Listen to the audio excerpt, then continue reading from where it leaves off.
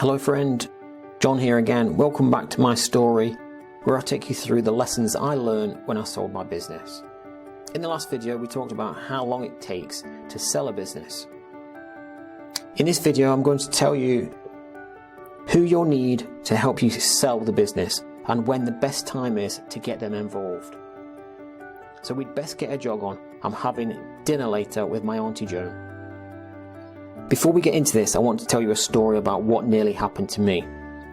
When I first thought about selling the business, I was talking to a business broker and he told me they could provide a complete professional team of advisors to help me. A dream team, the best in the business. Those are just two of the things he said about them. At first, I thought, oh wow, that will save me having to think about that part of it. But then I had a look at the prices he was quoting for these people. They were 4 and 5 times the price of my accountant and lawyer I normally use. And they weren't even willing to work on a fixed rate or fixed price basis. Everything was billed by the hour. I couldn't believe it. Luckily my investor friend told me not to bother with these people and he recommended a few firms he'd used in the past. So let me tell you who you're going to need.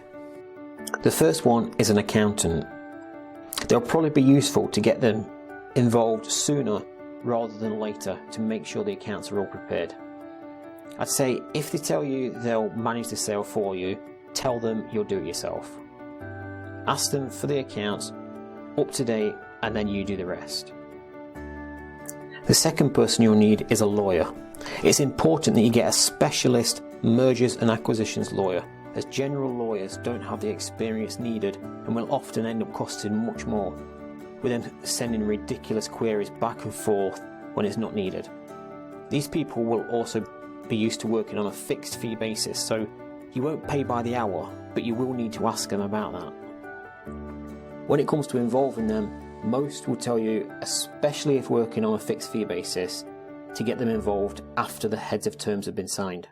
What this means is you've agreed basic terms like how much you'll be paid for the business, when you'll be paid, how long you'll be expected to work on the handover period. It's not legally binding at this stage, it's just details of that negotiation. And the final person you'll need to work with is a specialist tax advisor.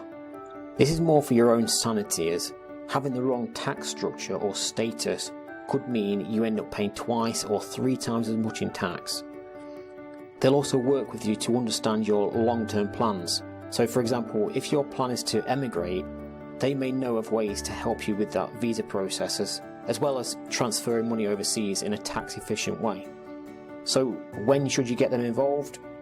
Well, I'd say get them involved sooner rather than later, preferably before you even speak to a buyer. Well, that's it for this video. In the next video, we'll talk about when you should expect to get your money. So I'll see you then.